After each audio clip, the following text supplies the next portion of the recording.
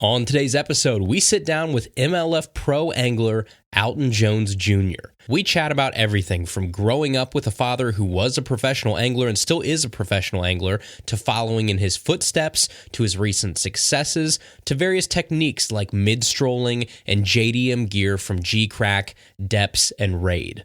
All that and more on this episode of Tackle Talk. Hello, everybody. I'm Bill Dance, and you're listening to Tackle Talk.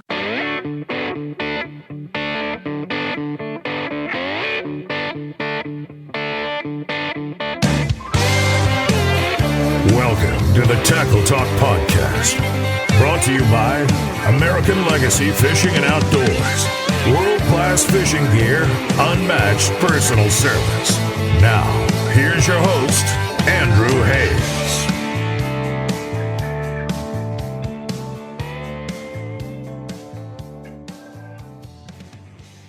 Hey everybody, welcome back to another episode of the Tackle Talk Podcast. We have a great show for you today, but first, this show is brought to you by American Legacy Fishing. And right now, if you're a G. Loomis guy or gal out there, American Legacy has the brand spanking new GLX rods in stock. And if you remember back to our Bassmaster Classic episode, we talked about these rods for a few minutes. They're scary close to an NRX, the weight, the balance, the CI4 Plus reel seat. These are top of the line rods that are made right here in the US of A in Woodland, Washington, and they're in stock right now at American Legacy Fishing.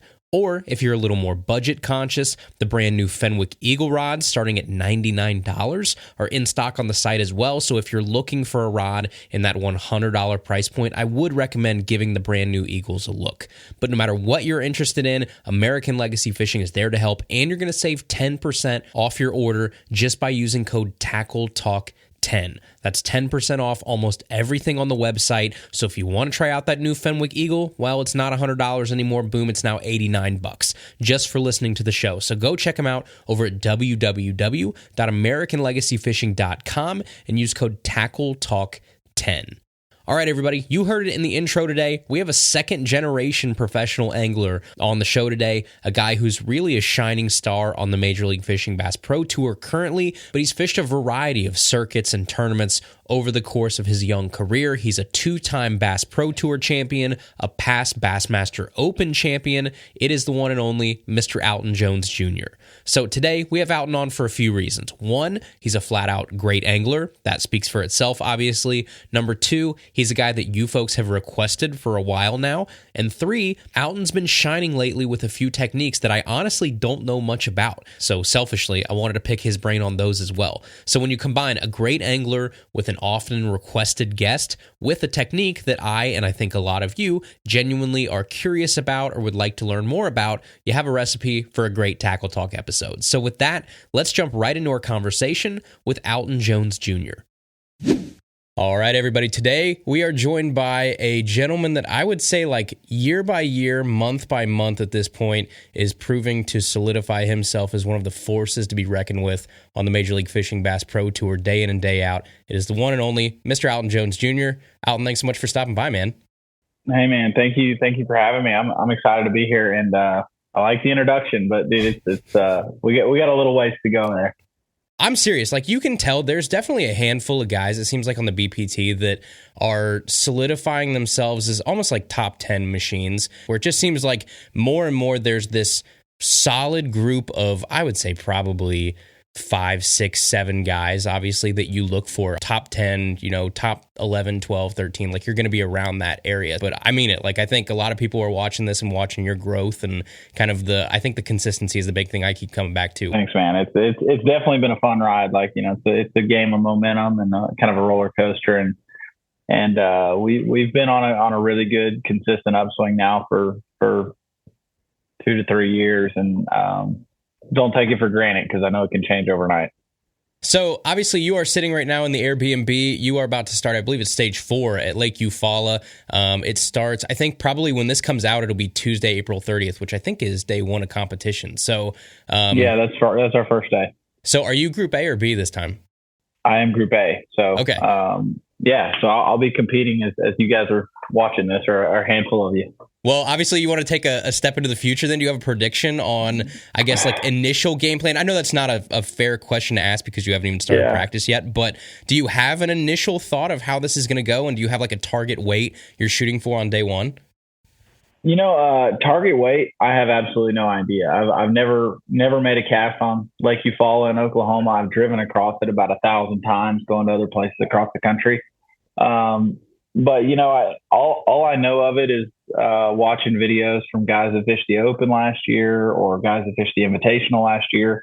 So my knowledge is very, very slim at this point. And as far as predicting how this week's going to play out, we had 2 inches of rain today here at the house we're staying at. And we've got severe thunderstorms and things like that. The lake's been falling. It's above full pool and falling. It started to rise again today. So there's so many variables that we could face this week. And I don't even think I could begin to put a target weight.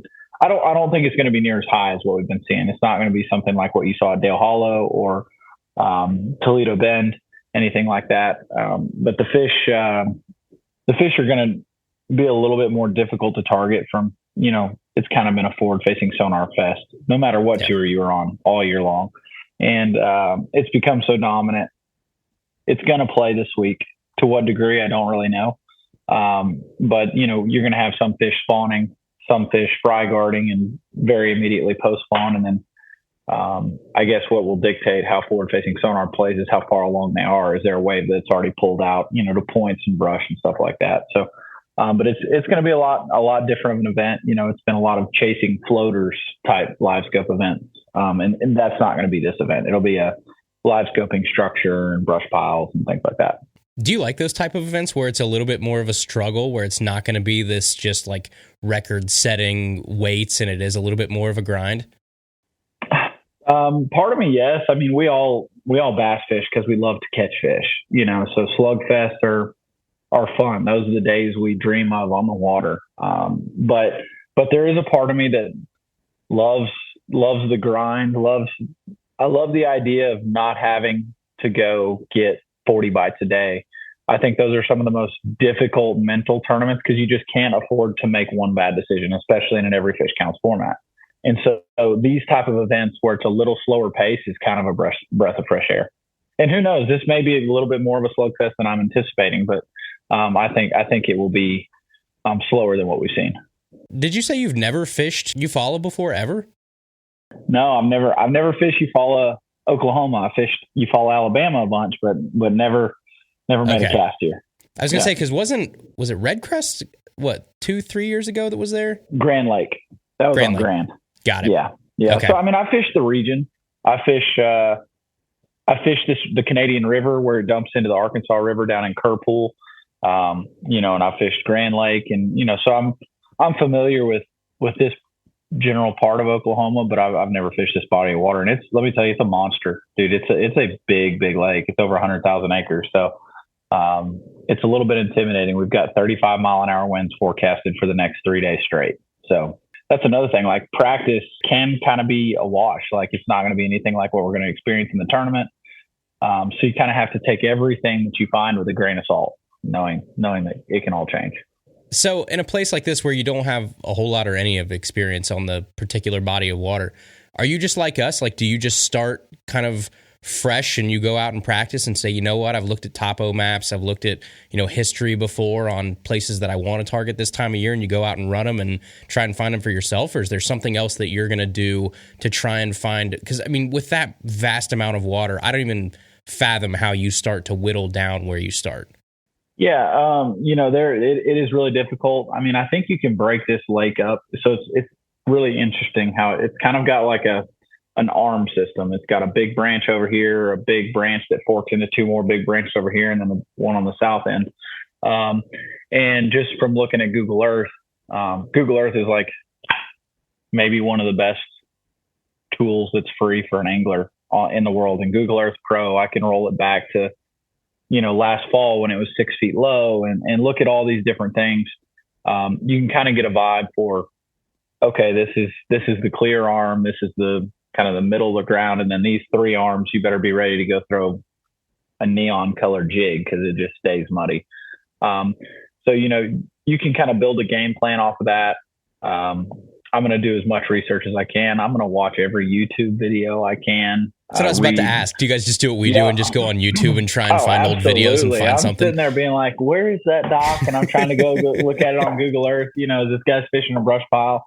I think we all do that. It doesn't matter bottom to top levels. And so just any little thing. And, I'll say this. I don't know if I've ever been like found a dude's spot based off of a YouTube video, but and caught him there in the tournament. But it's helped give me those first couple clues or lock me into a general area of the lake. And so another thing I'm going to look at, and I'm not ashamed to say it, is I'm going to look at where every bass tournament goes out of here at Lake Eufaula. I mean, doesn't matter what lake you're on in the country, knowing where the Wildcats on Tuesday night go out of, or if you're at a big lake, the big tournaments, you're going to have a bigger population of fish there because of the live release boats. And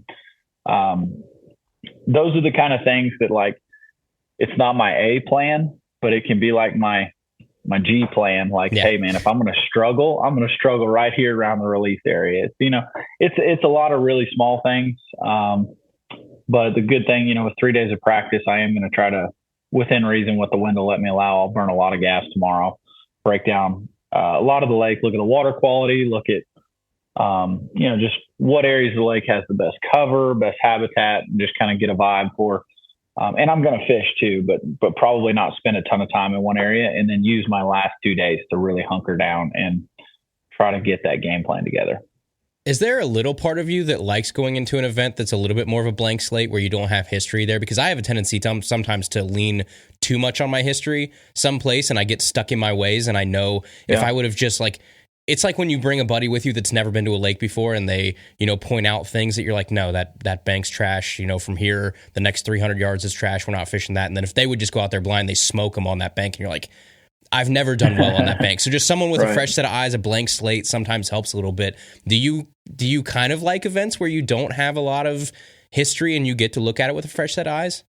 Yeah, definitely. I think I talked to somebody about this today. There's a college angler that goes to Baylor that bounces question off of me a lot. And I told him today, talking about a lake he fished where he struggled, but he's fished there a lot. And that I think some of the toughest tournaments to fish are lakes that extremely well. Like, we've been to Sam Rayburn many times in my pro career, and those are some of the most difficult events because I may be in deer stand fishing and I go 20 minutes without a bite, and then all of a sudden this one corner of a side of a point that I caught a 6-pounder on before in Veach, which is 18 miles away, is sitting there calling my name. And it's really hard you become a spot fisherman, and you lose touch with, like, I guess what it means to become like a fluid angler and fish the moment and like let the fish tell you what's going on for the day.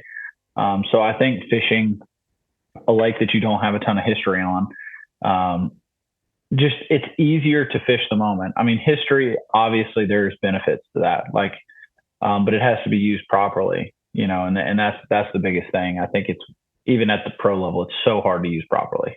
So before we started, or I guess right after we started here, we kind of mentioned that your consistency on tour seems to be upping and upping every single year. Do you feel like you're becoming a more consistent angler over the past couple of years? And if so, what do you think you can attribute that to? I've kind of always taken some pride in myself that I was a consistent angler, even before where we are now.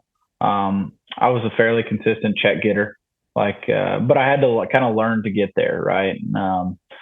Part of that, I just kind of had to learn what it takes from a pre-practice standpoint, decisions to make on the water. Like, I can look at back in 2015, I fished my first year on the Opens, got my teeth kicked in.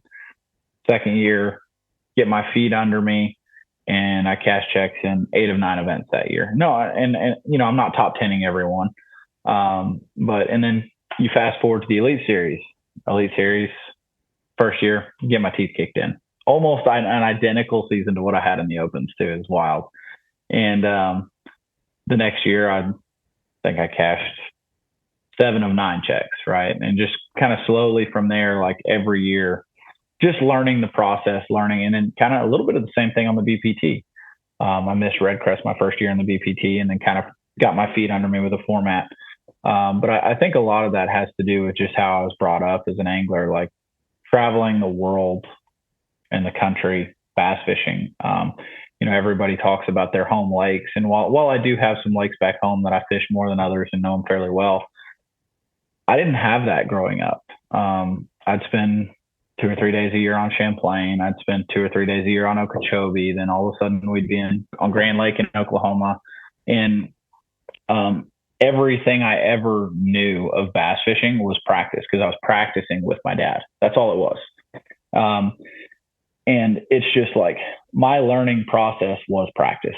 That's all it was. And it was going out on a blank slate, not knowing what the day was going to hold, what the fishery was going to be like, what the conditions were going to be like. And so doing that on different lakes across the country, you learn to be very versatile. And I was able to fish with a handful of anglers that that taught me a lot, whether it was Aaron Martins or Rick Klun or Todd Faircloth, and, just a Brent Chapman. Lists of guys go on. And so it was a lot of my dad teaching me the ways of practice, and then also taking little snippets of Aaron's finesse, or, how Rick Klun breaks down water, and how methodical Todd Faircloth is. And so I kind of feel like I'm a little bit of a jack of all trades when it comes to techniques and styles, but a master of none.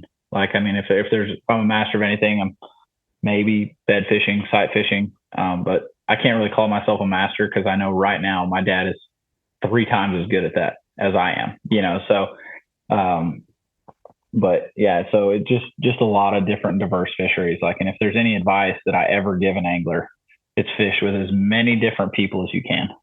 Doesn't matter their skill level.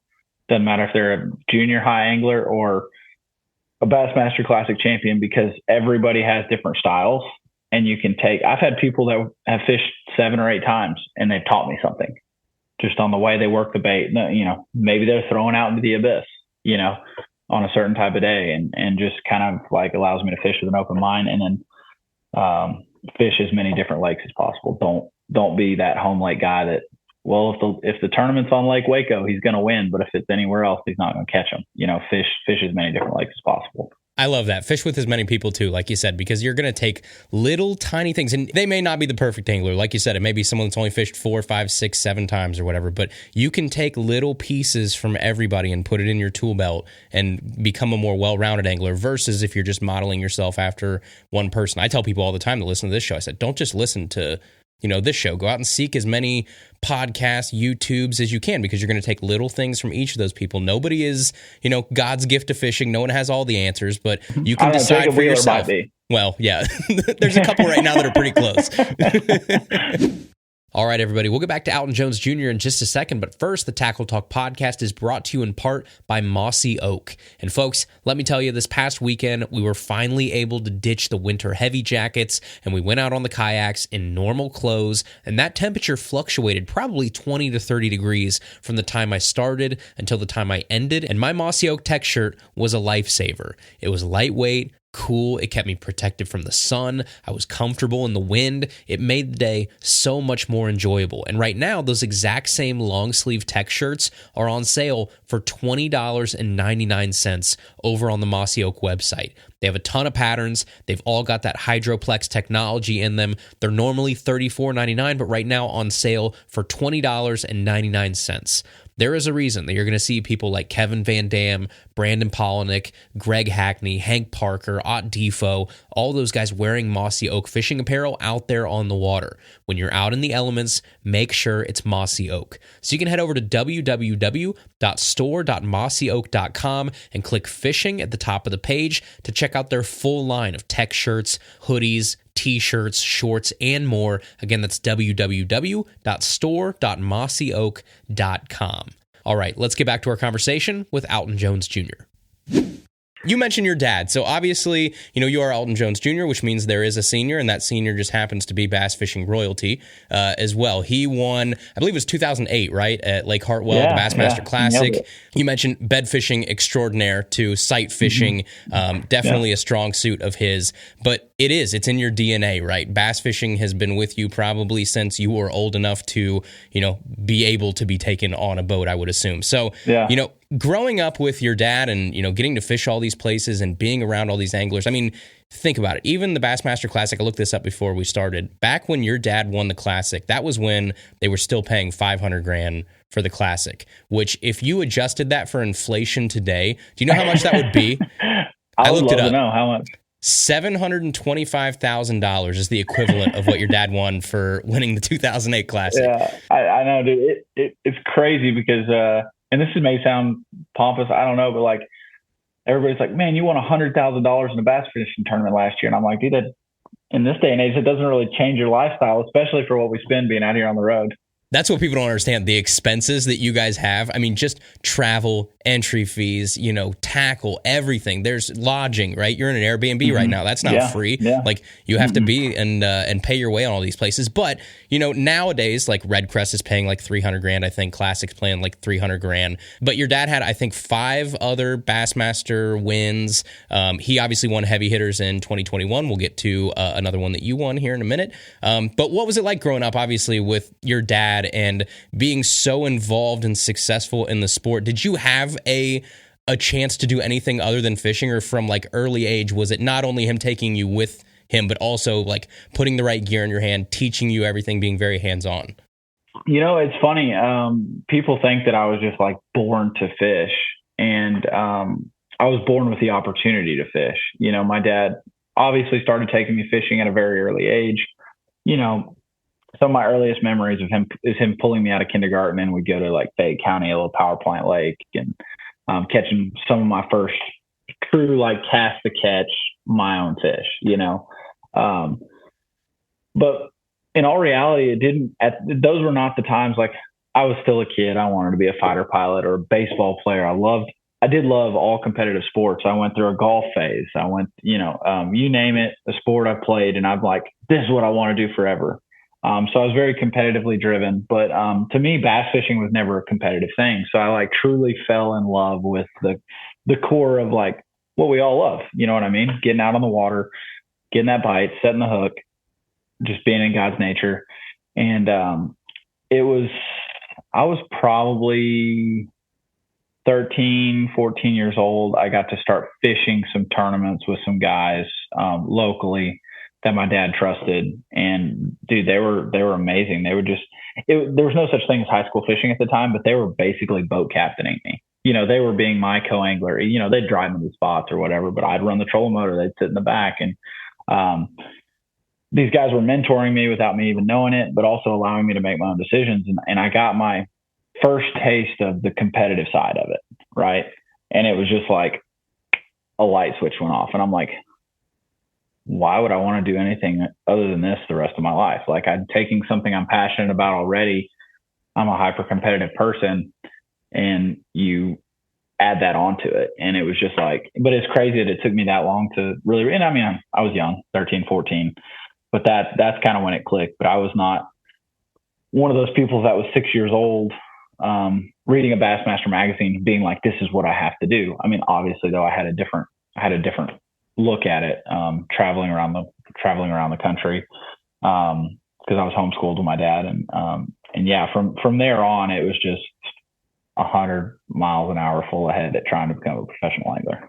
So what age was that, you think, where it like completely clicked? I'd say probably 14. Okay. Probably early high school. Yeah, that's when right around that time, I stopped playing all other competitive sports, and that just, everything to me became, and at that time it wasn't high school fishing, but they had like the junior Bassmasters. And there was a time, where there was young kids in high school weighing in on the Bassmaster Classic stage in like a junior tournament on one of the days. And that to me was just one of the coolest things. And I was like, wait, I can be fishing competitively too. And, it honestly might've been too, like we fished like some Skeeter owners tournaments back in the day. Just there was a list of things that we did, but man, it's just when I tell you it was head over heels in love with bass fishing, it like just took it to a level that I didn't even think was possible. And here I am today. I'm like, what was I thinking?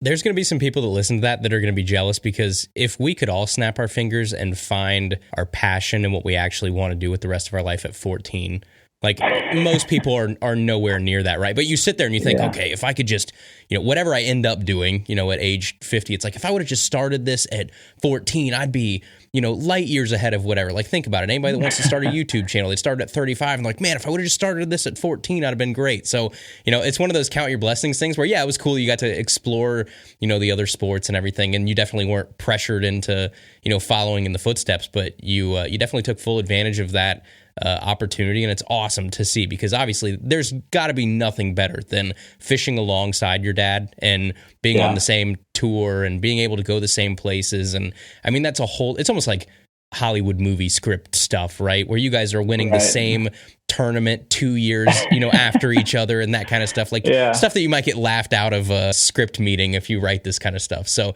kudos to you. That's awesome. But now obviously, like, the sport is changing very fast, very rapidly. The way that your dad won the 2008 Classic is not the way really that many people fish anymore, right? Except for a very specific time of year. Yeah. So have the tides turned at all, where now, because technology and because the techniques and everything are changing so fast, and you are obviously young, you got ear to the pavement, you're on YouTube, you're around all these kind of young up and coming anglers, has it flipped at all where you're kind of teaching your dad things now and able to kind of to help him keep up with stuff? Because I have to imagine if you do anything for 20, 30, 40 years, and then all of a sudden within 2 years, the sport does a complete 180, it's got to be tough. Yeah, no, it for sure is. Things are changing fast. The sport's becoming younger. Part of that is, I mean, if you look at our tour, especially the every fish counts format is a young man's game, because it's all about speed and efficiency. The days of, getting into the back of one creek and catching every single of the 7 bass that live there, those days are kind of over, because you just got to generate more bites. And then you add in the technology side of things. He's always been an amazing methodical angler, and he grew up, if it wasn't sight fishing or flipping on the bank, he was putting out his own brush and triangulating things before GPS. And so coming into the live scope era, forward facing sonar era, he picked up on it really, really quickly. There's definitely aspects of it that I'm able to help him with, but he's so good at fishing specific cover. And so, like, adding in forward facing sonar to a brush fisherman's game changer, and you look back, I think it was 2 years ago, he finished third in Angler of the Year at almost 60 years old. I mean, what people don't understand is my dad's older than Mark Davis. Like, and everybody looks at that and they're like, really? And so, to fish at that level at his age is incredible, forward facing sonar era or not. And so, there's definitely, I'm a little more in tune with like the JDM market, been mid-strolling, shaking the minnow, whatever you want to call it, longer than most. And, so those are some things I'm able to help keep him on the forefront of. However, he still teaches me a lot daily. We talked about fish with as many different anglers because you never know what you might learn. Like, we're both learning on the water still every day. Doesn't matter. And the same goes for Kevin Van Dam and Jacob Wheeler and Brandon Polinick. They're learning every day. And so, anything he can teach me, he's helping me with, and likewise.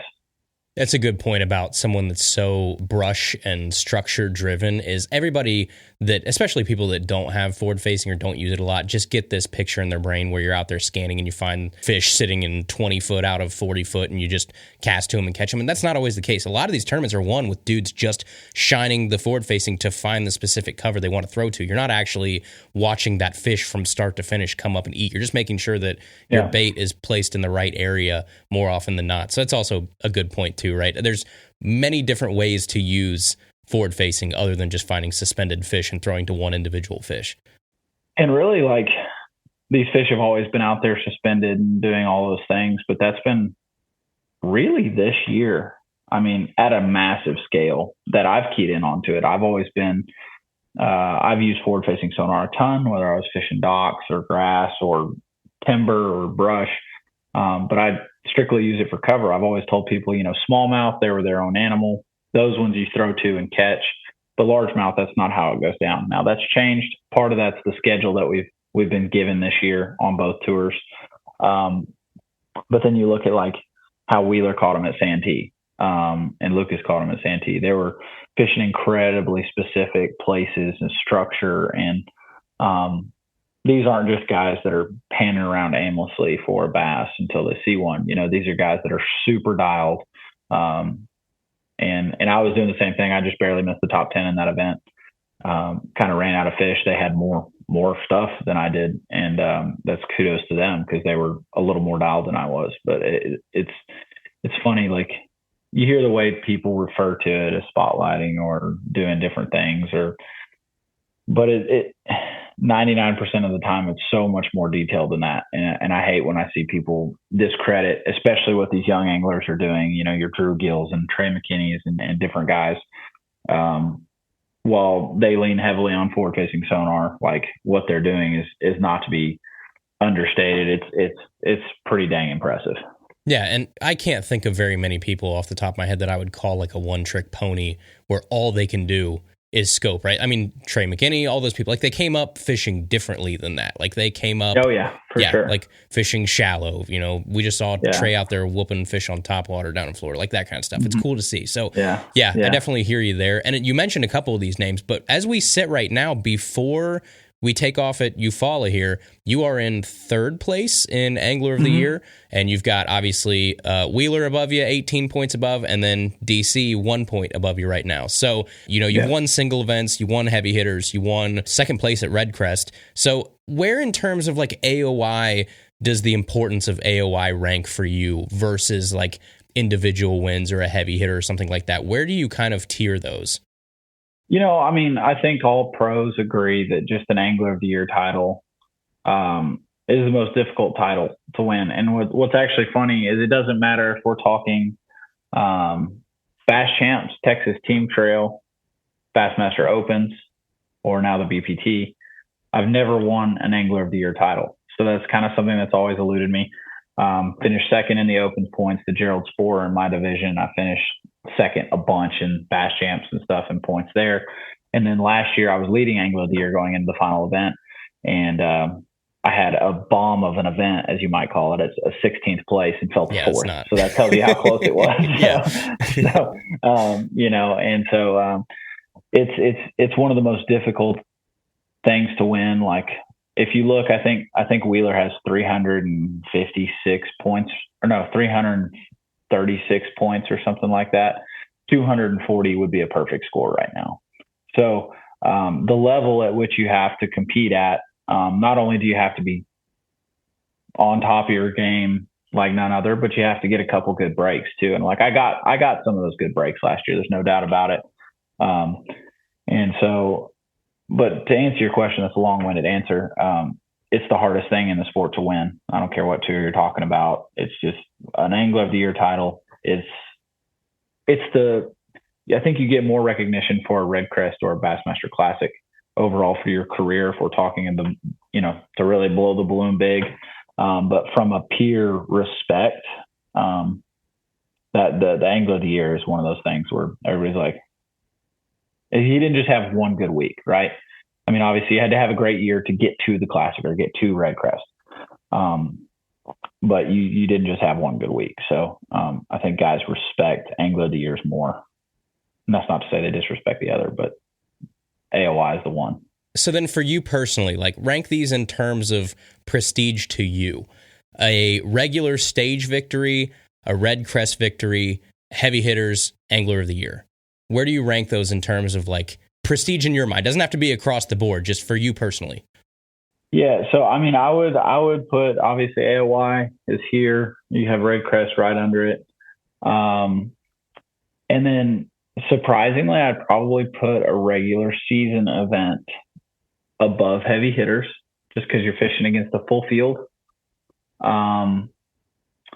And then probably, I mean, dude, right below it would be heavy hitters. I mean, it's a really cool event though. I mean, I just think, one of the things that I love though about regular season as opposed to heavy hitters is I've had two great heavy hitters. I've won the Big Bass Honors one year and then the overall tournament the next.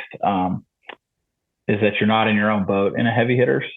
So you're like in somebody else's office. You're wearing somebody else's jersey. Now, granted, I'm blinged up with General Tire, so it's very similar. And I was in a Phoenix, so it's very similar. But just there's something about being in your own equipment, that just feels better, if that makes sense. And we're only fishing against 30 guys, so to beat 80 instead of beating 30 is just a little more satisfying, in my opinion.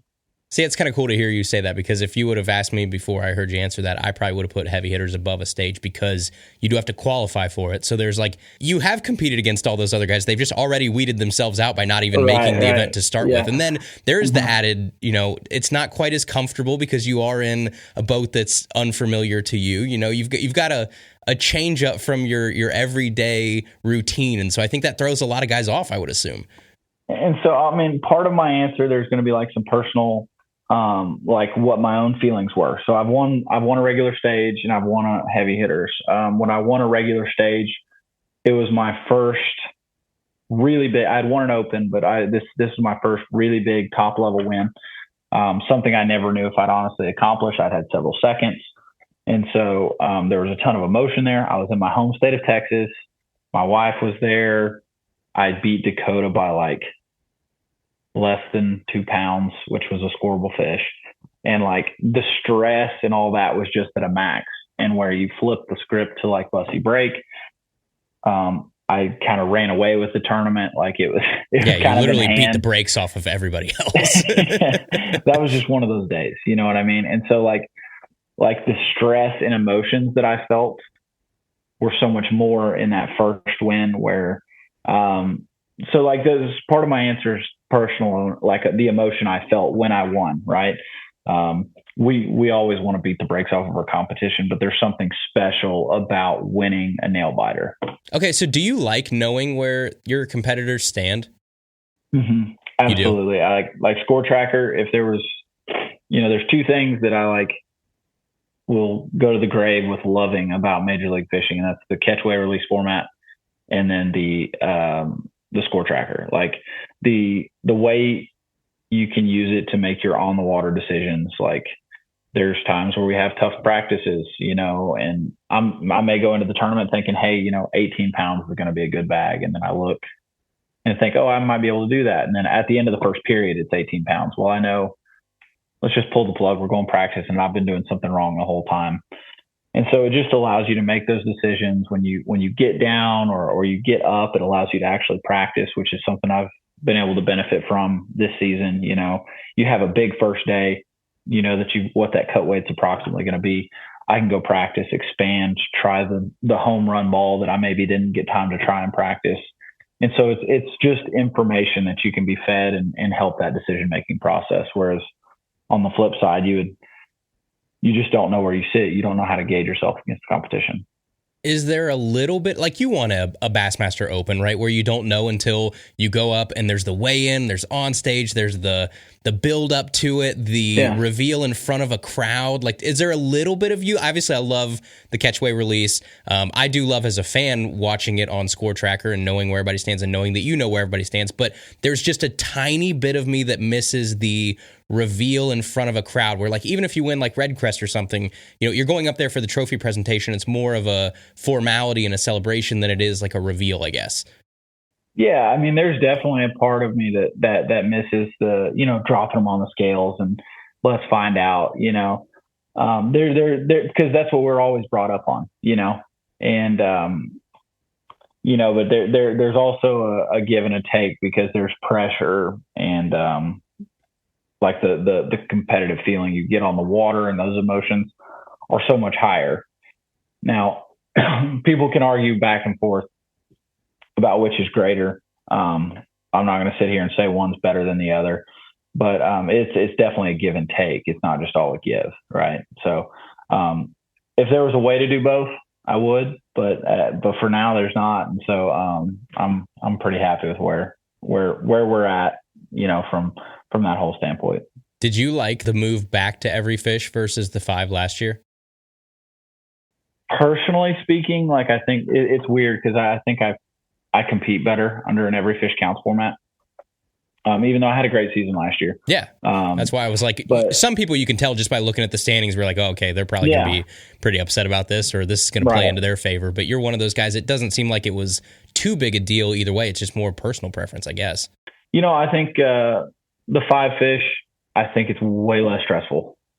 Even in a score tracker format, because you can afford to struggle, right? We're looking for 5 bites a day. If I go 2 hours without a bite, who cares?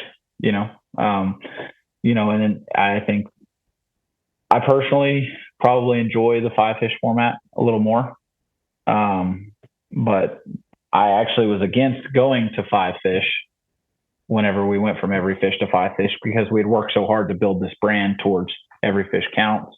And then to appease the anglers, we branched this way. Sponsors pulled us back the other way. And so, I've been against the change almost every time we've changed just about anything, just for continuity of the brand. But personally speaking, I enjoyed the 5 fish more, but I think from my bank account standpoint, every fish is probably more beneficial to my style, just getting, generating bites and being efficient. All right, everybody, we'll get back to Alton Jones Jr. in just a second, but first we are brought to you in part by Dakota Lithium batteries. And out there this weekend on the river, while I was loading and unloading my kayak, I stopped for a second to take a look at my batteries. And I talk about them every week, I know, but this week it just sort of hit me as I was loading my kayak. My batteries are not pretty. They are beat up, they're faded, they're dirty. In all honesty, they're probably abused. But despite all of the torture that I put these things through, they still work just like the day they came out of the box. Batteries aren't made to be pretty. They're made to work. And every single time I load those batteries into my kayak, they flat out work. Any conditions, any situations, when I need power, I've got it with Dakota Lithium. That's because Dakota Lithium batteries are twice the power of traditional batteries at half the weight. They charge up to 5 times faster. They last up to 4 times longer. They have 100% US-based customer support, and they come with a whopping 11-year warranty. And you don't have to pay full price. That's because you listen to Tackle Talk.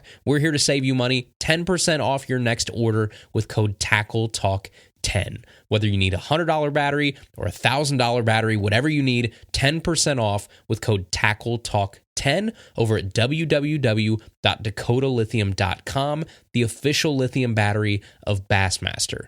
All right, let's get back to our conversation with Alton Jones Jr.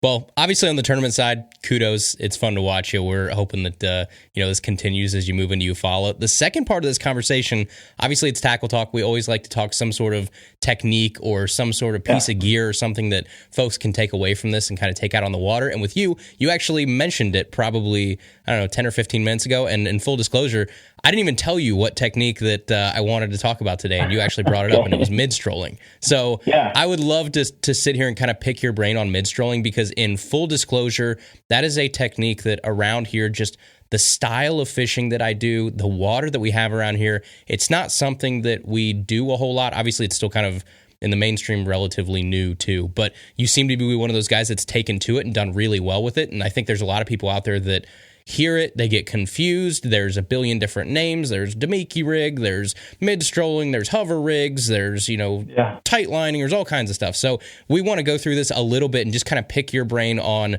mid-strolling in general. So first off, at like a 30,000 foot view, if someone's listening to this and they don't know what mid-strolling is, they've never done it before, can you give us just like a quick clip on what mid-strolling actually is to you and what importance it plays to you out there on the water? Yeah, so mid-strolling to me is just a very controlled fluke style bait that you cast and bring through the water column. There's different levels to it. Typically, if we're thinking mid-stroll, you're thinking shaking the minnow and getting that true rolling action.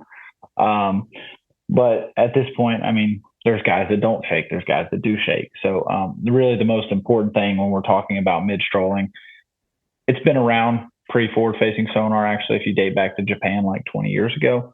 But it's a forward-facing sonar technique. You're wanting a bait that you can float and control specifically through the water column, get it right in the strike zone for those bass, make it look like a dying shad. That's my elevator speech for the mid-stroll. we can go super deep.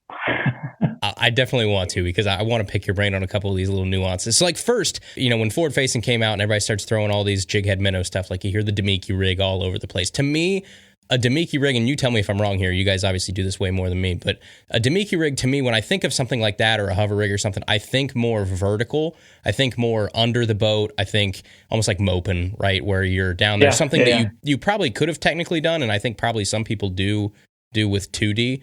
Where you can go down and you're directly below the boat. And then when I think of mid-strolling, I think that's more of long cast, almost more of a, not horizontal, because I know that's not the right word for it, but, obviously out there, long cast and kind of drifting it back to the boat at a certain level there too. Is that kind of right on where you see the delineation between things like, a traditional Demiki rig or a hover rig and mid-strolling? Mm-hmm. Yeah, so the Demiki rig has been around for a while in the East Tennessee. It got coined back in 2017, at least on a national level, and was exposed by all the guys fishing on Cherokee in that tournament. Jacob Wheeler won. He did not have forward-facing sonar, so you're exactly right. Vertical dropping, typically very deep, and almost always when we're talking Demiki, we're talking 2 to 3 inch small baits, heavy jig heads, and dropping it right on the fish's nose, and clear water typically for a Demiki rig. So those are all things that make a Demiki rig. Then you've got, you mentioned like a hover rig, a hover stroll is what they call in Japan. It's a darn near weightless presentation of that same fluke style bait. Usually there's some different variations of it that guys are doing different baits, but it's almost a top water. I mean, you're fishing something very lightweight. You're casting it just like a mid-stroll, but just fishing it through the top of the water column, whether it's for schooling fish on small bait or just fishing it shallow. Then you've got the mid-stroll. So funny story, we're going to go, this is maybe something nobody cares about, but I'm with Geecrack, the company from Japan.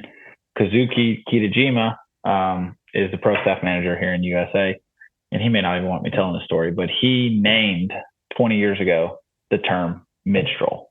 One of the guys that mentored him and taught him how to fish was showing him this technique. Neither one of them knew how to speak English. They opened a dictionary to try to find the meaning, and they came up with mid-stroll. That sounds cool. We'll go with that.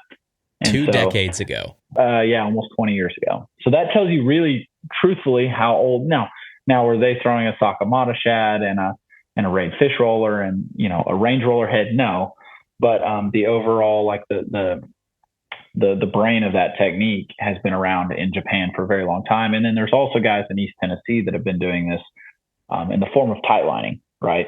Typically a little heavier jig head without forward facing sonar, whether it's throwing it at bluff ends or things like that. But yeah, so mid-stroll, we're talking mid water column, strolling coming through the water column, right? And, there's probably a dozen baits on the market that I would say get the job done. Probably more than that, but mainstream. But everybody's trying to be a Sakamata shad. There's several things, characteristics to the true mid-stroll.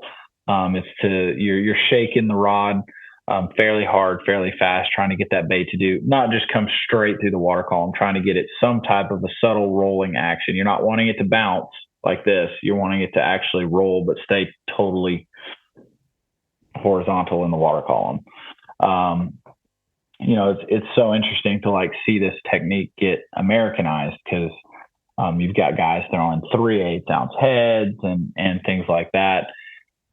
And then you've got the guys in Japan that an 1/8 or 3.5 gram head is that's super heavy. They're I would never throw heavier than an 1/8. So it just tells you how much more dialed and specific and finesse those guys over there are, but they're also fishing for a much smaller, heavier pressure bass population. So I think right now we've got the Americanized mid-stroll that we're dealing with, throwing 5, 6, 7 inch baits.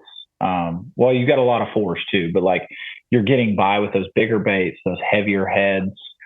You're not having to be as perfect with the shake, but I think as these fish become more pressured and just like everything else, we can all remember how they ate an Alabama rig back in the day. And now there's plenty of days you can go throw an Alabama rig and not get a bite. And I think you're going to become like that will become the situation with the mid-stroll. However, in the right scenarios, in the hands of the right angler that understands how the bass are reacting to the bait, it's going to be super, super deadly. I can remember the very first time I saw, I don't know who it was a Japanese angler a couple years ago, obviously, when I first saw somebody with a tiny spinning rod, and I'm talking, this thing had to have been 6'6", 6'4", I don't know, real short spinning rod, and he's like crouched over, and he is just, you want to talk about shaking that thing, and his rod tips pointed down, almost touching the water. And I remember watching it for the first time. I thought, what in the heck is this guy doing? Like, and he's zoned in. I mean, like locked into the water surface, watching his line there, and he's just, it's like a very, almost like he has a twitch in his hand. That's how fast he's working it. And I was like, what is going on here? And like the angle of the rod, I think, is a little bit of something too. You see a lot of guys with the rod tip pointed down. What's the importance of having your rod tipped oriented the right way versus just, straight up high stick shaking something? Yeah. So, I've heard it several different ways, but like for me, if it's windy, rod tip is always down. I think whenever we're talking about shaking the minnow all day, your wrist is going to get tired, and there's just something about that down side to side motion rather than the back and forth motion. I find it easier to do it for longer and be more consistent, because whenever you're shaking this, it has to be a consistent shake, right? You don't want your bait rolling this far one way and then only rolling to here the other way, right? So you really want to have, it's just like walking the dog with a spook. You get a cadence going. And so having the rod tip down, though, in the wind, keeping your line lower to the water. You don't want a lot of bow in your line because, you want, it's a very subtle bite a lot of times. I mean, you almost don't even feel it. All of a sudden, it just kind of goes mushy. And so having that rod tip down, a lot of times I'll have the rod tip down as the bait goes out. And then as it gets really close to the boat, I'll take a time and switch it to going up. Because when the bait does get close, it gets just a little easier to work when it gets more under the trolling motor. But that's really only for me if I'm like got a fish following it that whole way. Will you ever kill it? So very rarely. I mean, I treat it kind of like a swim bait for me, like the old school swim bait that we used to just reel around. Fish love to feed up. And very rarely, especially when we're talking about a shad, are they pinning it to the bottom. I can count on one hand how many times I've killed the bait on a fish that wouldn't bite, working it in, and it worked. I had one smallmouth last week at Dale Hollow do that, where he had followed it for like 40 feet. And just like out of frustration, I killed the bait and like went to go look for the next fish and went to reel it, and he had it. But I think that was basically a unicorn of a fish, an anomaly. So, not standard practice. No, not standard practice at all. I mean, every fish has his little quirks to him, but, almost always, and I always want to keep it above the fish, right? So we're talking, this is the forward facing sonar era. I'm assuming if you're wanting to learn how to shake the minnow, you have it. And, it's all about bait control. I think people grab it and they want to be Fujita on the first time they throw the bait, and they want to shake it just like he does. And I always tell people, like, learn the bait control of floating that, maybe, throw a Strike King Z2 on there. So it's a buoyant bait. Learn to keep that bait up. And if anything, I want that bait rising away from that fish, not going to him when he sees it. And then once you've got that bait control down, because you will catch fish just slow swimming it above those fish's head, then work on your shake. And that was, that's kind of how I coach people through it. You're not going to be trying to learn to throw a baseball for the first time and say, throw it right through that strike zone. Right. You're going to just say, hey, let's just play catch for a few minutes first, What's more important to the consistency of the roll? Is it your jig head of choice, or is it the soft plastic, do you think? It's a little bit of both. So you generally want a soft plastic with not much drag. You want a jig head that is properly weighted. Like if you look at the range roller, which is what everybody's throwing, it's got a little bit of weight up towards the top. It has like a little cone on the top of the jig head. So you get a little extra weight. So you got to realize when it goes slack or a little bit of slack, it's going to want to try to lean one way or the other. And then another one, and something about the range roller that I think not a lot of people realize is that it's not necessarily also about the weight, but the lead going up on the line tie. It keeps your knot from going forward. It kind of keeps your knot up at a little bit of an angle. And I think Ryugi actually makes a little piece of plastic, like if you don't have a range roller, to actually, it's a piece of plastic that slides down your line over your knot and over your jig head to keep your knot up. And I think that's something that gets overlooked. So having your knot up instead of forward as the bait's coming through the water. I don't know if that's making any sense to anyone that's listening. One of the last things on the actual tackle for mid-strolling, you mentioned a couple really hot baits, obviously, that fly off the shelves. People are trying to get the Sakamata shad, the raid fish roller, to the point where when I was down at the Classic, I ran into Drew as we were walking around. He's like, dude, they got fish rollers over there. And I was like, what? You go over and look, and there was just this tiny little stand that probably had 30 of them. I was like, all right, well, I guess we're grabbing a couple of these. But what is it about those two plastics in particular? Because there are a lot of people, I could show them a Sakamata shad, and they're going to say that's a super fluke. Like, what's the difference here? Like, what is the difference that commands the price, the demand for that particular bait or that particular body style? Yeah, the fish roller and the Sakamata are actually completely different profiles. Like the Sakamata has a little bit more of a shad profile, whereas the fish roller is really long and slender. Like you're talking about like an alewife or a herring.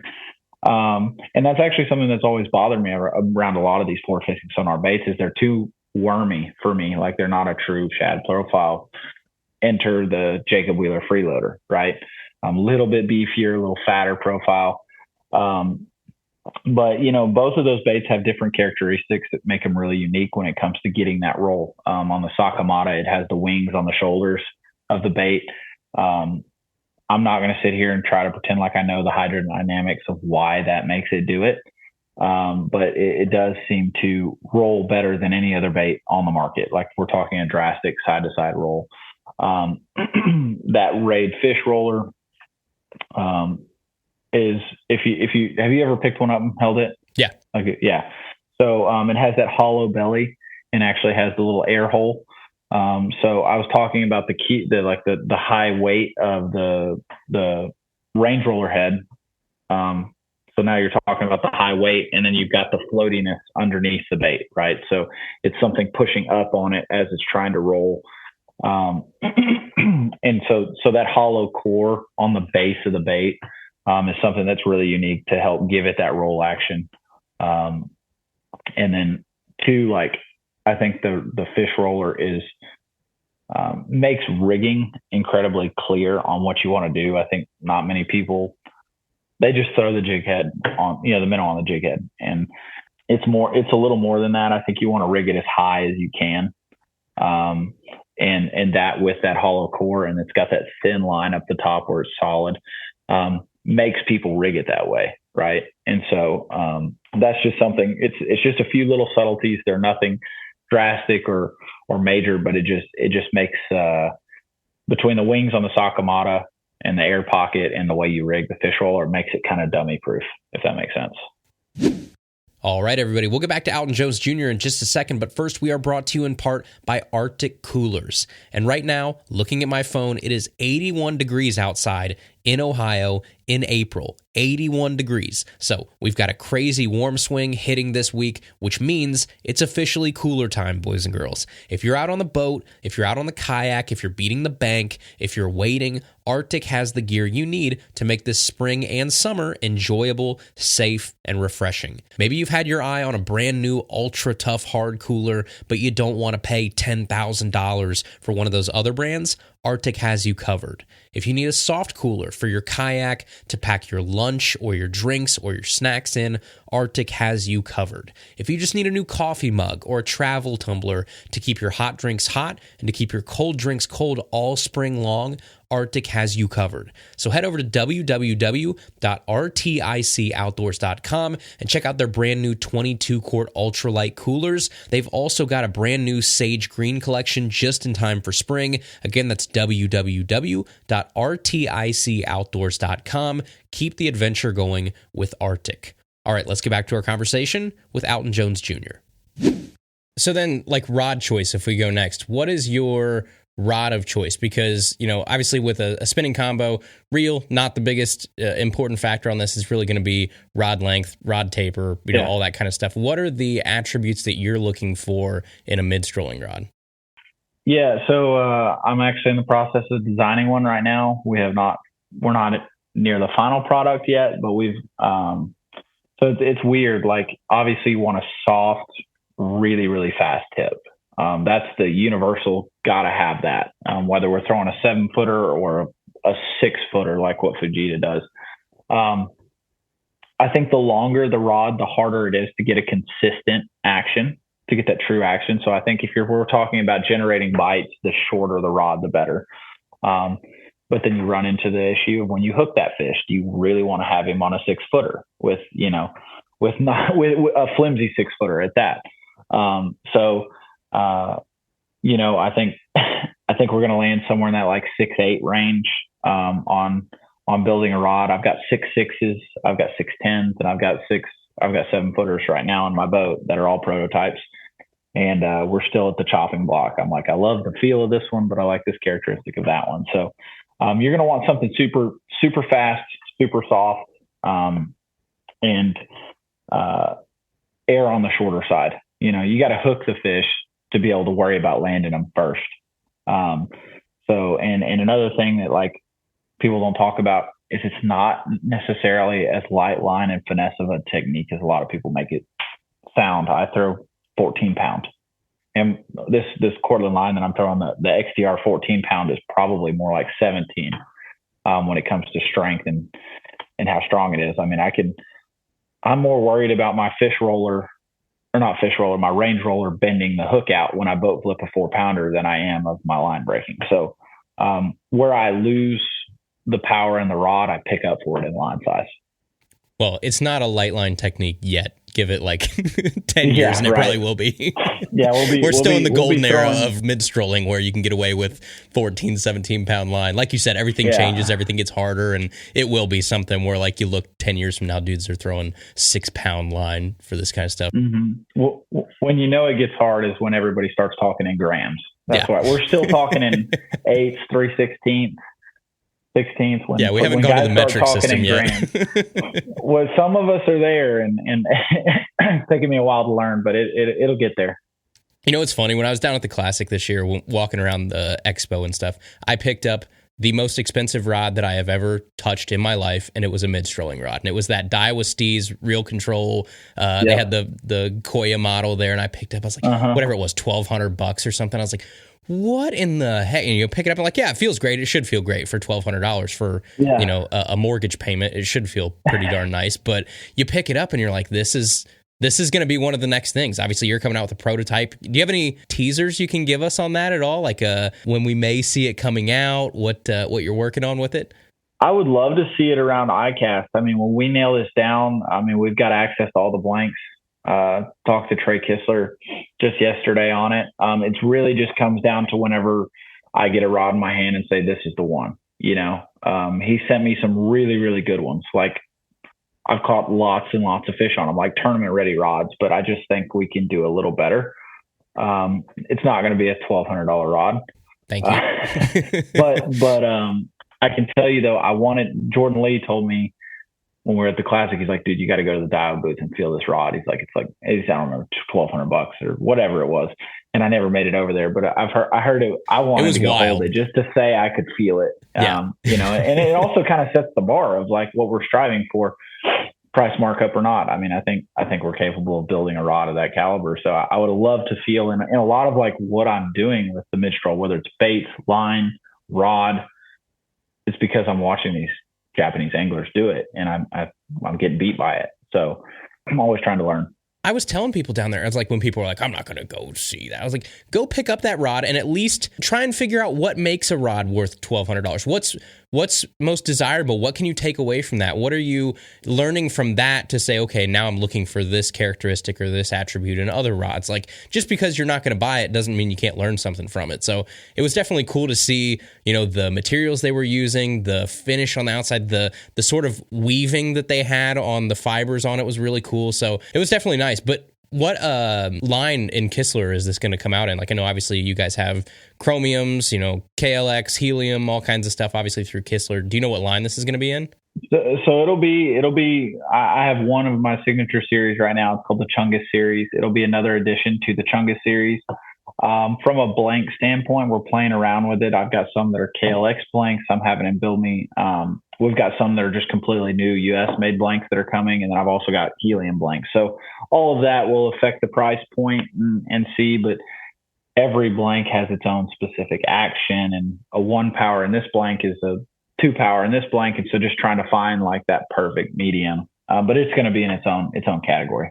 So for those that don't know, obviously you are a Kistler guy. You've used Kistler rods since the first time that I met you. But the first ICAST that I went to, you were at the Kistler booth. That was the first time that I saw you down there. So what is it about Kistler? Because I will be completely honest, I've picked up Kistler rods a lot at expos and things, and I've never actually owned one. So I've never actually gone out, fished one on the water. But what is it about Kistler that you like, and I've heard a lot of good feedback from people that actually use Kistlers over the years, and people seem to fall in love with them. What is it about whether it's craftsmanship, whether it's the blanks, whether it's the components, what is it that you love so much about those Kistlers?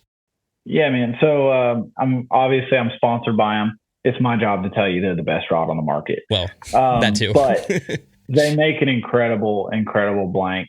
They no longer use the Norfolk blanks, but I mean, there was only a few companies in the country that were using that level of blanks. Now they're using some that are just as good, that they're sourcing from other places. But I mean, when you hold one, there's only a few rod companies in the country that, I mean, you kind of put them in that echelon of like, this is just the juice, and I'm not going to name anglers' names, but I've had anglers walk up to my boat and been like, man, I wish I could just fish with that rod, but I'm sponsored by this company, And so, top to bottom, make an incredibly high quality rod. Now they're not cheap. When we're talking Z-bones, you're talking at a $500+ rod. Heliums are $350, in that range, but you do get what you pay for. And the last but not least is, dude, I destroy my equipment, dude. I'm so hard on everything I own. It doesn't matter if we're talking about my truck, my bicycle, my lawnmower, or my fishing rods, right? And it's not something I'm proud of, but it's true. And dude, they hold up to the nastiest stuff. Like if I'm not just straight up slamming it in a truck door, I don't break them. I mean, it just plain and simple. And I look at guys blowing rods up left and right on a consistent basis. And that's just something I've never had to experience. And it doesn't make any sense because when you hold the Z-bone, you're like, there's no way this thing is not fragile because it's so stinking light. And then you add all that in. It's an amazing product. They make a great rod, high dollar rod, but a great rod. And then it's a Texas company owned by a great Christian man, Trey Kistler. And just so like people, when you got great people and a great product, it's awesome. And they've always taken such good care of me.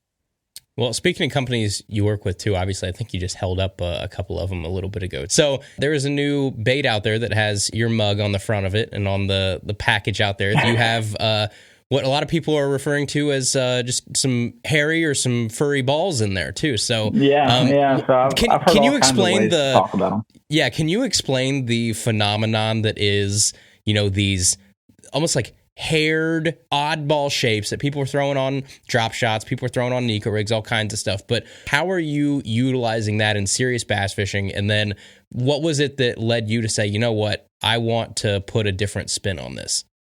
Yeah. And so talking back, obviously I'm sponsored by Geecrack. I've been with them for maybe 4 years now, 3-4 years, since COVID year, basically. Started out with the love of like the bellows gill, which is a very cool bait. Working on, and so it started as a sight fishing bait for me. Got me involved with them, just a connection, not a sponsorship. Began sponsored. We kind of Americanized the bellows gill. Here's the little brother, the bellows shad. Been a great bait for a lot of different reasons for me. And then, we kind of began to open my eyes into the JDM market. Like before this, my knowledge of the JDM market ended at the Mega Bass Vision 110, right? Like all of ours did. Yep. And so, they showed me a bait, called the Emo Ripper. And it was kind of the first of, they call it like the high gravity iGravity or something like that bait. Think of the cover scat family, right? The Deps cover scat, the poop style bait. Yep. The emo Ripper was the first of its kind in 2017 over there in Japan. So when you talk, they're just a really innovative company that have been coming up with a lot of really cool stuff for a long time. Like the Neko rig worm, Miko rig, however you want to say it, was the G crawler from Geecrack. And so here comes the emo Ripper. They're telling me, hey, you need to throw this. They're winning stuff on Lake Biwa with it. I'm kind of like, whatever, sure they are. And then they come out with a bait called the Emo Kamushi. It is an emo Ripper with tentacles run all through it, right? And I never really caught him on the emo Ripper, but the Emo Kamushi, I absolutely smashed him on, fell in love with that bait. It's a large bait. Think of a cover scat with tentacles run through it. And then we began to finesse it, right? The Emo Kamushi, the small one, the 40 millimeter came out, caught a lot of fish on it, drop shotting it and throwing it different ways. Then, we started throwing like the OSP dice and things like that. And then fast forward, here we are with the Q bomb from Geecrack. This is a 1 inch. We've got a 1 inch and a 2 inch version. They're 4 grams and 5 grams, approximately. For those of y'all that don't know, 3.5 grams is an eighth of an ounce. So there's your weight, chart. And dude, it's been incredible to see just adding in these skirt materials on these different weightless presentations. It's like finesse meets draw power that you see from a glide bait. I'm not going to sit here and tell you that every bass is going to eat this and it'll outperform a wacky rig every day, because it won't. It is situational. But whenever you're around bass that are incredibly pressured, and it's a visual thing, right? I'm not going to be sitting here throwing this in chocolate milk water. It's a clear water technique, but it is incredibly deadly. And the way it gets the intrigue of bass is unlike anything I've ever seen. So is it like, what's the material of the skirting there? Is it living rubber? Is it just regular silicone? What is it? It's living rubber. So, okay. So it stands straight out when it's in the water. It looks like a mop jig. Yeah. And obviously it's an incredibly slow rate of fall.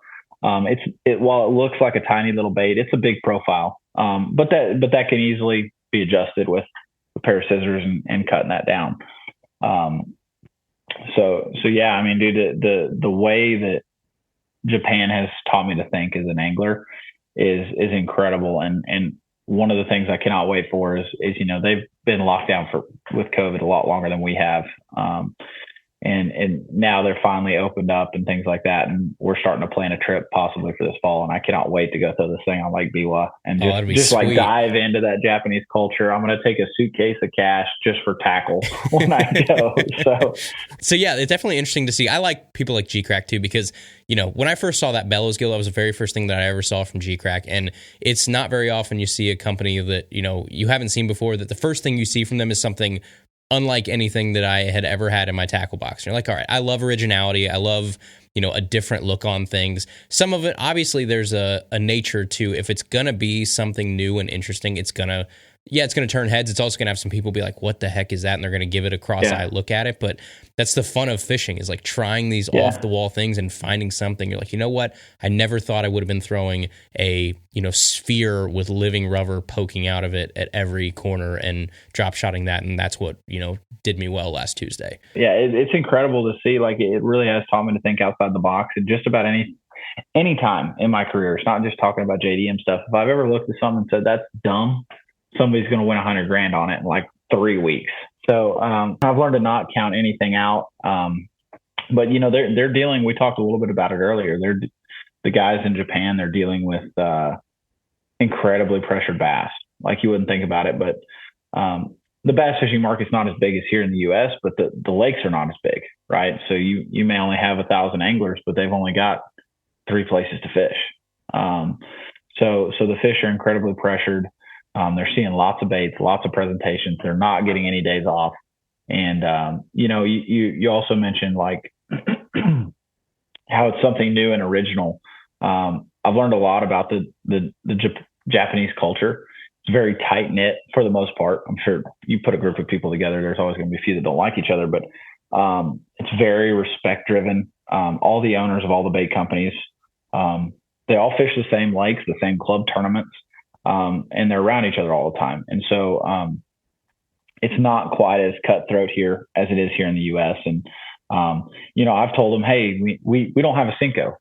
We just don't in our Geecrack lineup. I need a Cinco, and they won't build me one because we can't figure out a way to innovate it in a unique way where they just don't want to copy and paste something. Right. Yeah. Exactly. And that's just kind of the Japanese culture, right? And so I think that's why you end up with stuff like this, so unique, so outside the box, because they have to be so creative in their design and their visions. So it's just super cool to see the difference in their creativity and also how cool they are about not knocking each other off. And hey, I'm a capitalist. I'm all for it. If you can make it better and cheaper, do it.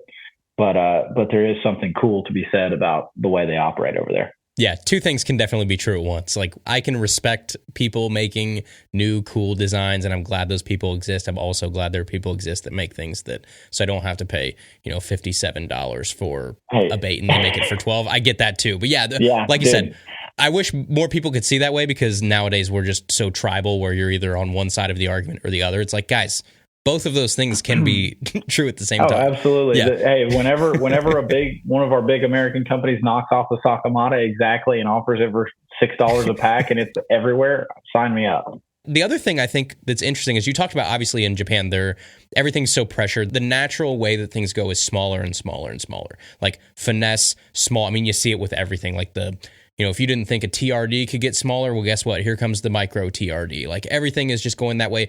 Do you think at some point some of these companies, or maybe even Japan, has to take that turn? Remember, cell phones? Cell phones started out big, and then they got so small that they were the size of a USB port. And then people were like, well, this is kind of dumb. We probably have to start going the other way now. And now the most expensive one is, an oversized iPhone. So we went back up the hill a little bit. Do you think baits will do that same thing? Yeah, I think they will. And I think in a way they already have. We're talking about the size of presentations and baits and stuff like that. I mean, if you look at the Elite Series of what they were doing in Florida, guys were you had guys shaking the minnow on Rodman, and then you had guys throwing a glide bait, right? And so one of the things I always tell people is when it's tough, there's two ways you can go. We all got our brush hogs in the boat or standard jigs, whatever. You can either choose to go super finesse or super big. Try not to play in that middle ground as much on those tough days, because that's just what they're seeing. You want to go either way smaller than what they're seeing or way bigger. And so I think we already have started to see that a little bit. Maybe not. I mean, if you watch any Japanese videos, they're throwing giant baits over there too.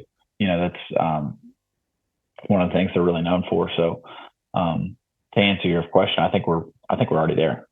We're kind of seeing it here. I'm in central Ohio, right? So we're extremely pressured. It's Midwest finesse to the bone. And the past couple of years, we've seen really big success around here. People, myself included, we're throwing big, 7-8 inch KGBs and taxi shads and all kinds of stuff around. It's you just, like I said, you have to go one extreme or the other. It's what you see. You're either going ultra finesse or you're going big and swinging for the fences and hoping that 8-inch shad profile draws that fish out of, the wood pile where nothing else could. And you have those days too. So the last question that I have here for you before we let you go, I know I've kept you longer than I said I was going to here, but the last question here is actually from a listener. So I went out to a couple listeners and asked them for questions if they'd want to send one in to ask you for this one. So we do have the mailbag question here powered by Dakota Lithium. You can use code TackleTalk10 for 10% off at dakotalithium.com. This question is from Mark. And Mark said, hey, Andrew, when you have a chance, can you ask Junior if mid-strolling is a practical technique for people who don't have the F word? Which I'm going to assume F word is forward-facing sonar. Forward-facing sonar, yeah. But obviously we talked about mid-strolling earlier. I told, the couple of guys that I asked that we were going to talk about it. Do you think there is a practical use for true mid-strolling? Not, directly below the boat, obviously, but the way that you were talking about earlier of cast, keeping it kind of suspended and working around. Maybe it's a spot where there's suspended fish and you just kind of have to blindly do it, or do you think, no, there's probably better alternatives? No, the answer is there definitely is an application for it. Forward-facing sonar is just kind of the juggernaut of efficiency and understanding the water around you. The one thing I would say about mid-strolling is that it's not it's not a technique that you're going to fish to find fish, right? You need to locate the bass, and then you need to use it to catch the fish with mid-strolling. Like, you look at when fish are set up on points or structure and things like that, mid-strolling is still a phenomenal technique. Like, if you look at how Jacob Wheeler caught them at Guntersville last year, those fish were on schools on the ends of points and river islands and bars, the same place we'd always throw a crankbait blindly back in the day. He's just doing it better with a mid-stroll. And so those are just examples of where obviously he was using forward-facing sonar, but he probably beats our breaks in without it. Well, hey, man, we appreciate you stopping by. I know, obviously, you're busy. You're about to head out. Hopefully hammer him down on Eufaula. Before we take off here, obviously, you've got a great YouTube channel. It's at AJ Fishing if you guys want to go check it out. You do a great job of documenting these tournaments. I think you do one, and I'm not just saying this because we're talking to you now. I'm being honest. I think you do one of the better jobs of documenting true tournament videos. You have the cinematography is great. Whoever your camera guy is doing a good job. You guys have a good, this is going to sound weird, but I like the angle that you use on the back of the boat, like the height that you have the camera back there, and it's just a nice clean shot from behind the boat that you pair with GoPro footage and everything. You do a great job with I think it's called the Trimmed Up series, right, that you do on the road. So between that, Facebook, Instagram, it's at Alton Jones Jr. Go follow him if you want to check out someone that's obviously, out there. I also love that you're a human. Like, I love that you are somewhat young enough that you can, joke around, have a little bit of fun. I think it was like, a week or two ago, I saw you doing the sketch thing on it's like, like all that kind of stuff. Like, I wish more people would have a little bit of personality, a little bit more tuned into internet-y type stuff. I like that kind of stuff. So if you like that, go give him a follow. He's a great follow on all social media platforms. But ladies and gentlemen, that is our conversation with the one and only Alton Jones Jr. Alton, thanks so much, man. Thanks for having me on, dude. All right, everybody, that is our show today. Thank you guys so much for listening. Thank you, Alton, for stopping by. We wish him the best of luck as day 1 of stage 4 of the Major League Fishing Bass Pro Tour at Lake Eufaula starts today. For all the updates on that, you can check MajorLeagueFishing.com. As always, thank you all for tuning in today. I hope you found this episode enjoyable, helpful, or both. And if you did enjoy this episode, do us a favor, head over to Apple Podcasts and leave us a written review, or head over to Spotify and tap the little 5-star button. Between that and just subscribing on your favorite podcast platform, those are probably the 2 best ways that you can actually help this show out. So, as always, you can find us on the web, tackletalkpodcast.com. Find us on Facebook or Instagram at Tackle Talk Podcast, and we will see you right back here next Tuesday for another brand new episode of Tackle Talk.